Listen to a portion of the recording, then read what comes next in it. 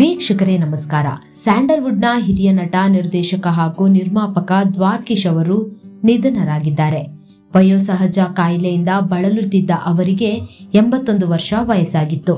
ಮೈಸೂರು ಜಿಲ್ಲೆಯ ಹುಣಸೂರಿನಲ್ಲಿ 1942 ಆಗಸ್ಟ್ 19ರಂದು ಜನಿಸಿದ ಇವರ ತಂದೆ ಶ್ಯಾಮರಾವ್ ಮತ್ತು ತಾಯಿ ಜಯಮ್ಮ ಶಾರದಾ ವಿಲಾಸ್ ಮತ್ತು ಬನುಮಿಯಾ ಶಾಲೆಯಲ್ಲಿ ಪ್ರಾಥಮಿಕ ಶಿಕ್ಷಣ ಮುಗಿಸಿ ಪ್ರೌಢ ಶಿಕ್ಷಣದ ನಂತರ ಸಿಪಿಸಿ ಪಾಲಿಟೆಕ್ನಿಕ್ ಕಾಲೇಜಿನಲ್ಲಿ ಮೆಕ್ಯಾನಿಕಲ್ ಇಂಜಿನಿಯರ್ ಮಾಡಿದರು.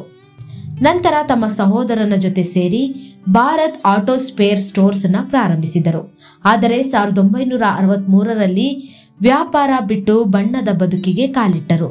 ಇವರು 1964ರಲ್ಲಿ ಚಿತ್ರೋದ್ಯಮಕ್ಕೆ ಕಾಲಿಟ್ಟು 200ಕ್ಕೂ ಹೆಚ್ಚು ಚಿತ್ರಗಳನ್ನು ನಟಿಸಿ 53 ಸಿನಿಮಾಗಳನ್ನು ನಿರ್ಮಿಸಿದ ಖ್ಯಾತಿ ದ್ವಾರಕೀಶ್ ಅವರಿಗೆ ಸಲ್ಲುತ್ತದೆ. 1964ರಲ್ಲಿ ವೀರ ಸಂಕಲ್ಪ ಎಂಬ ಸಿನಿಮಾದ ಮೂಲಕ ಕನ್ನಡ ಚಿತ್ರರಂಗಕ್ಕೆ ಕಾಲಿಟ್ಟ ದ್ವಾರಕೀಶ್ ನಟರಾಗಿ, ಹಾಸ್ಯ ಕಲಾವಿದರಾಗಿ, ಪೋಷಕ ನಟರಾಗಿ ಕನ್ನಡ ಸಿನಿ ಅಭಿಮಾನಿಗಳ ಹೃದಯದಲ್ಲಿ ಕುಳ್ಳನಾಗಿ, ಕಿಟ್ಟಿಯಾಗಿ ವಿಶೇಷ ಸ್ಥಾನ ಗಿಟ್ಟಿಸಿಕೊಂಡಿದ್ದರು. ದಿವಂಗತ ನಟ ವಿಷ್ಣುವರ್ಧನ್ ಮತ್ತು ದ್ವಾರಕೀಶ್ ಜೋಡಿ ಕಳ್ಳ ಕುಳ್ಳ ಎಂದೇ ಪ್ರಸಿದ್ಧವಾಗಿತ್ತು. ಇವರಿಬ್ಬರು ಉತ್ತಮ ಸ್ನೇಹಿತರು ಕೂಡ ಆಗಿದ್ದರು. ದ್ವಾರಕೀಶ್ ವಿಷ್ಣು ಅಭಿನಯದ ಬಹುತೇಕ ಚಿತ್ರಗಳಲ್ಲಿ ತೆರೆ ಹಂಚಿಕೊಂಡಿದ್ದರು. ಇನ್ನು ದ್ವಾರಕೀಶ್ ಅವರು ಸಿ.ವಿ. ಶಂಕರ್ ನಿರ್ದೇಶನದಲ್ಲಿ ವೀರ ಸಂಕಲ್ಪ ಚಿತ್ರದಲ್ಲಿ ಮೊದಲಿಗೆ ನಟಿಸಿದರು. ತಮ್ಮ ನ್ಯೂನತೆಗಳನ್ನೇ ಪ್ಲಸ್ ಪಾಯಿಂಟ್ ಮಾಡಿಕೊಂಡು ಗೆದ್ದವರು ದ್ವಾರಕೀಶ್. ಬರೀ ಹಾಸ್ಯ ನಾಟನಾಗಿ ಉಳಿದು ಬಿಡದೆ ನಿರ್ಮಾಪಕನಾಗಿ, ನಿರ್ದೇಶಕನಾಗಿಯೂ ಚಿತ್ರರಂಗಕ್ಕೆ ಅಮೂಲ್ಯ ಕೊಡುಗೆ ನೀಡಿದ್ದರು. ವೀರ ಸಂಕಲ್ಪ, ಪರೋಪಕಾರಿ, ಸತ್ಯ ಹರಿಶ್ಚಂದ್ರ, ಕ್ರಾಂತಿವೀರ, ಮೇಯರ್ ಮುತ್ತಣ್ಣ, ದೂರದ ಬೆಟ್ಟ, ಗಾಂಧಿನಗರ, ಬಾಳು ಬೆಳಗಿತು, ಬಂಗಾರದ ಮನುಷ್ಯ, ಬಹದ್ದೂರ್ ಗಂಡು ಹೀಗೆ ಹಲವು ಸಿನಿಮಾಗಳಲ್ಲಿ ಡಾಕ್ಟರ್ ರಾಜ್ಕುಮಾರ್ ಜೊತೆ ದ್ವಾರಕೀಶ್ ನಟಿಸಿದ್ದರು. ಮೇಯರ್ ಮುತ್ತಣ್ಣ ಚಿತ್ರದಲ್ಲಿ ನಿರ್ಮಾಣ ಮಾಡಿ ಗೆದ್ದಿದ್ದರು. ದ್ವಾರಕೀಶ್ ಕುಳ್ಳ ಏಜೆಂಟ್, 000 ಚಿತ್ರ ನಿರ್ಮಿಸಿ ತಾವೇ ಹೀರೋ ಆದರು. ಸಾಹಸ ಸಿಂಹ ವಿಷ್ಣುವರ್ಧನ್ ಹಾಗೂ ದ್ವಾರಕೀಶ್ ವಿಷ್ಣುವರ್ಧನ್ ಜೋಡಿ ಕನ್ನಡ ಚಿತ್ರರಂಗದಲ್ಲಿ ಮೋಡಿ ಮಾಡಿದ್ದು ಗೊತ್ತೇ ಇದೆ. ನಿಜ ಜೀವನದಲ್ಲಿ ಕೂಡ ಇವರು ಬಹಳ ಆಪ್ತ ಸ್ನೇಹಿತರಾಗಿದ್ದರು. ಸಾಕಷ್ಟು ಬಾರಿ ಮುನಿಸು ಜಗಳ ಕೂಡ ನಡೆದಿತ್ತು. ಬಹಳ ವರ್ಷಗಳ ಬಳಿಕ ಆಪ್ತ ಮಿತ್ರ ಚಿತ್ರದ ಮೂಲಕ ಇಬ್ಬರು ಗೆದ್ದರು. ಈ ಸಿನಿಮಾದಿಂದ ದ್ವಾರಕೀಶ್ ತಾವು ಕಳೆದುಕೊಂಡಿದ್ದ ಜೀವನವನ್ನು ಮತ್ತೆ ಪಡೆದರು. ದ್ವಾರಕೀಶ್ ನಿರ್ದೇಶನದಲ್ಲಿ ಕನ್ನಡ ಸಿನಿಮಾಗಳು ನಿರ್ಮಿಸುವ ಕನಸು ಕಂಡರು. ಸಿಂಗಾಪುರದಲ್ಲಿ ರಾಜ ಕುಳ್ಳ ಹಾಗೂ ಆಫ್ರಿಕಾದಲ್ಲಿ ಶೀಲಾ ಈ ದಿಶೆಯಲ್ಲಿ ಅದ್ಭುತ ಪ್ರಯತ್ನವಾಗಿತ್ತು. ಸೋತಾಗ ಕುಗ್ಗದೆ, ಗೆದ್ದಾಗ ಹಿಗ್ಗದೆ ದ್ವಾರಕೀಶ್ ಚಿತ್ರರಂಗಕ್ಕೆ ಅಪೂರ್ವ ಕೊಡುಗೆ ನೀಡಿದ್ದಾರೆ.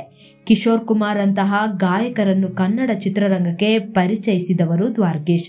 ಇತ್ತೀಚಿನ ವರ್ಷಗಳಲ್ಲಿ ಆಟಗಾರ, ಚೌಕ, ಅಮ್ಮ ಐ ಲವ್ ಯು ಚಿತ್ರಗಳನ್ನು ನಿರ್ಮಿಸಿದರು. 50ಕ್ಕೂ ಅಧಿಕ ಸಿನಿಮಾಗಳನ್ನು ದ್ವಾರಕೀಶ್ ನಿರ್ಮಾಣ ಮಾಡಿದರು. 17ಕ್ಕೂ ಅಧಿಕ ಸಿನಿಮಾಗಳನ್ನು ನಿರ್ದೇಶನ ಮಾಡಿದರು.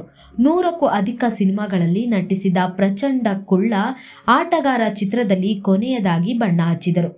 1966ರಲ್ಲಿ ಬಂದ ಮಮತೆಯ ಬಂಧನ ಚಿತ್ರಕ್ಕೆ ಸಹ ನಿರ್ಮಾಪಕರಾಗಿ ದ್ವಾರಕೀಶ್ ಸಿನಿಮಾ ನಿರ್ಮಾಣಕ್ಕಿಳಿದರು.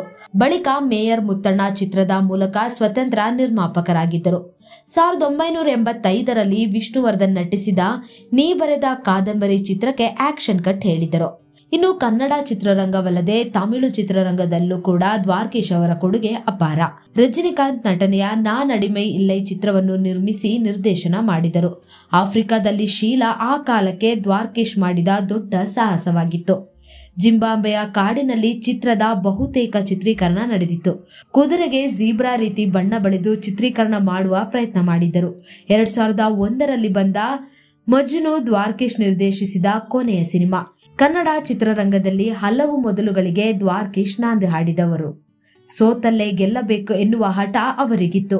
ಇದಕ್ಕಾಗಿ ಸಾಕಷ್ಟು ಬಾರಿ ತಮ್ಮ ಮನೆಯನ್ನು ಮಾರಿಕೊಂಡಿದ್ದರು. ಆದರೂ ಕೂಡ ಹಠ ಬಿಡುತ್ತಿರಲಿಲ್ಲ. ಮುಂತಾದ ಚಿತ್ರಗಳಲ್ಲಿ ತಮ್ಮ ಪ್ರತಿಭೆಯನ್ನು ಪ್ರದರ್ಶಿಸಿದ್ದಾರೆ. ಅದರಲ್ಲಿಯೂ ಗುರು ಶಿಷ್ಯರು ಚಿತ್ರದಲ್ಲಿ ಇವರ ಅಭಿನಯ ಇಂದಿಗೂ ಕನ್ನಡ ರಸಿಕರ ಮನಸ್ಸಿನಲ್ಲಿದ್ದು, ಚಿತ್ರದ ಕೆಲವು ದೃಶ್ಯಗಳನ್ನು ನೆನೆಸಿಕೊಂಡು ಬಿದ್ದು ಬಿದ್ದು ನಗುವರಿದ್ದಾರೆ. ಏಪ್ರಿಲ್ 26, 1967ರಂದು ದ್ವಾರಕೀಶ್ ತಮ್ಮ ಸಂಬಂಧಿಯೇ ಆದ ಅಂಬುಜಾ ಅವರನ್ನು ಮದುವೆಯಾಗಿ 4 ಗಂಡು ಮಕ್ಕಳಿಗೆ ಪೋಷಕರಾದರು. ಮೊದಲನೇ ಮಗ ತಂದೆಯೊಂದಿಗೆ ಚಿತ್ರ ನಿರ್ಮಾಣದಲ್ಲಿ ತೊಡಗಿದ್ದರೆ ಉಳಿದವರು ಒಂದೆರಡು ಚಿತ್ರಗಳಲ್ಲಿ ತಮ್ಮ ಅದೃಷ್ಟವನ್ನು ಪರೀಕ್ಷಿಸಿ ಈಗ ಬೇರೆ ಕೆಲಸಗಳಲ್ಲಿ ತೊಡಗಿಕೊಂಡಿದ್ದಾರೆ. ಕೆಲ ವರ್ಷಗಳ ಹಿಂದೆ ಶೈಲಜಾ ಎಂಬುವವರನ್ನು ಕೂಡ 2ನೇ ಮದುವೆ ಮಾಡಿಕೊಂಡಿದ್ದರು.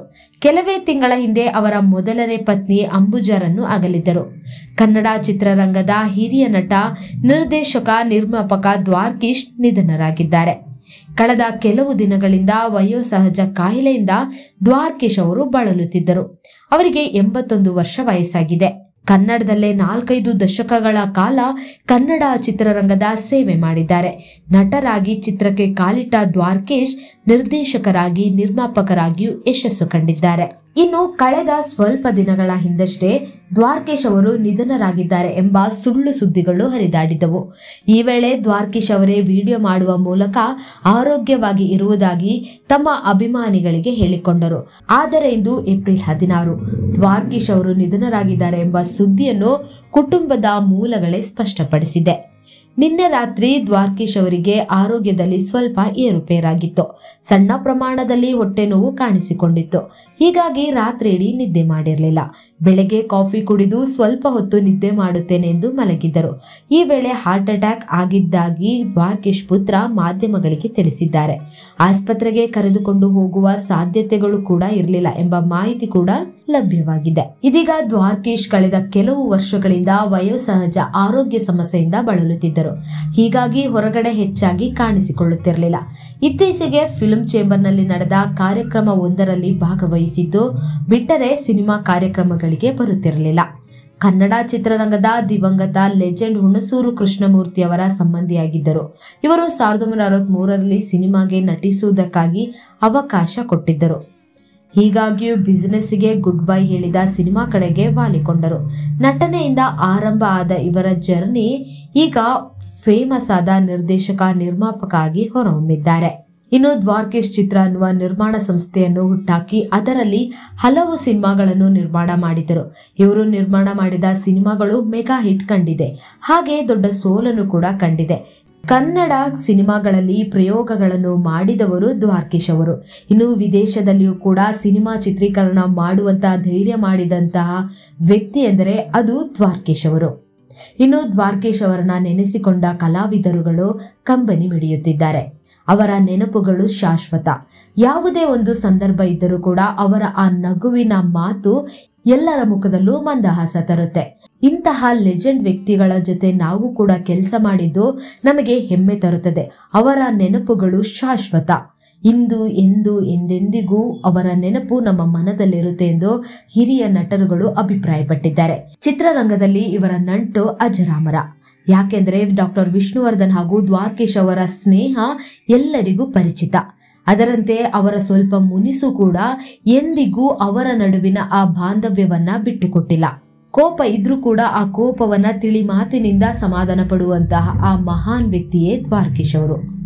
ಒಟ್ನಲ್ಲಿ ಅವರ ನಷ್ಟ ಚಿತ್ರರಂಗಕ್ಕೆ ತೀರಿಸಲಾಗದ ನಷ್ಟವಾಗಿದೆ. ಅವರ ನೆನಪುಗಳೊಂದಿಗೆ ಹಿರಿಯ ನಟರು ಹಾಗೂ ಅವರೊಂದಿಗೆ ಅಭಿನಯಿಸಿದ ಎಲ್ಲ ಕಲಾವಿದರುಗಳು ಮೆಲುಕು ಹಾಕುತ್ತಿದ್ದಾರೆ. ಒಟ್ನಲ್ಲಿ ಅವರ ಆತ್ಮಕ್ಕೆ ಶಾಂತಿ ಸಿಗಲಿ ಎಂದು, ದ್ವಾರಕೀಶ್ ಅವರ ಕುಟುಂಬಕ್ಕೆ ಈ ನೋವನ್ನು ಭರಿಸುವ ಶಕ್ತಿ ಸಿಗಲಿ ಎಂದು ದ್ವಾರಕೀಶ್ ಅವರ ಅಭಿಮಾನಿಗಳು ಹಾಗೂ ಸಹ ಕಲಾವಿದರು ಆಗ್ರಹಿಸುತ್ತಿದ್ದಾರೆ. ಮತ್ತಷ್ಟು ಅಪ್ಡೇಟ್ಗಾಗಿ BN TV ಯೂಟ್ಯೂಬ್ ಚಾನೆಲ್ನ ಲೈಕ್ ಮಾಡಿ, ಸಬ್ಸ್ಕ್ರೈಬ್ ಮಾಡಿ. Anjali special desk BN TV, ಇದು ನಿಮ್ಮ ಧ್ವನಿ.